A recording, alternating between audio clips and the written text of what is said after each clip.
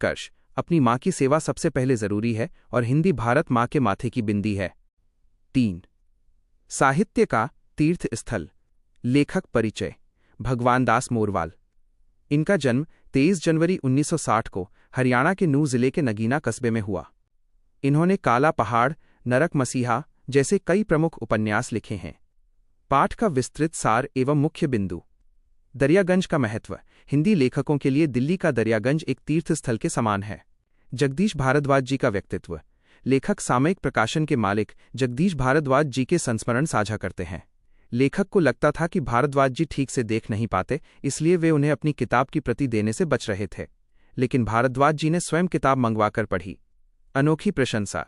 भारद्वाज जी ने लेखक की परीक्षा लेते हुए कहा, ईमानदारी से सच सच एक बात बता, ये उपन्यास तूने लिखवाया किससे है? ऐसा उपन्यास तू तो नहीं लिख सकता। यह एक प्रकाशक की ओर से लेखक के लिए सबसे बड़ी प्रशंसा, कॉम्प्लीमेंट थी। प्रेरणा।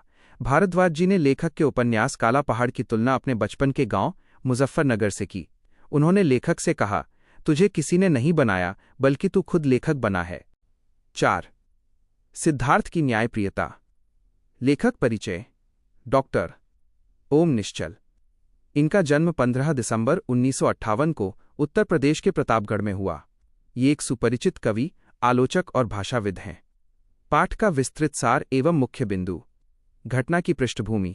ये एकांकी भगवान गौतम बुद्ध के बचपन, बालक सिद्धार्थ की अहिंसा और करुणा को दर्शाती है। विवाद का कारण। सिद्धार्थ को एक घायल पक्षी हंस मिलता है जिसे तीर लगा था। सिद्धार्थ उसका तीर निकालकर मरहम पट्टी करते हैं और उसे पानी पिलाते हैं। तभी देवदत्त आता है और कहता है कि उसने तीर चलाया है, इसलिए शिकार के नियमों के अनुसार वो पक्षी उसका है। सिद्धार्थ का तर्क।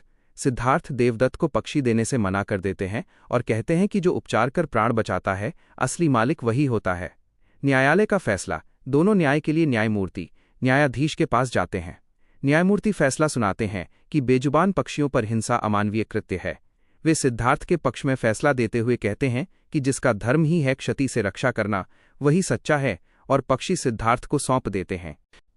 गद्य विभाग के इन विस्तृत नोट्स से आपके लिए कहानियों के बारीक विवरण और लेखकों की जानकारी समझना बहुत आसान हो जाएगा। इसके बाद आप किस विषय पर इसी तरह के विस्तृत नोट्स, हाई डिटेल नोट्स बनवाना चाहेंगे? पद्य विभाग, कविताएं, प्रयोजनमूलक हिंदी, विज्ञापन प्रतिवेदन या व्याकरण, काल, लिंग, वचन आदि।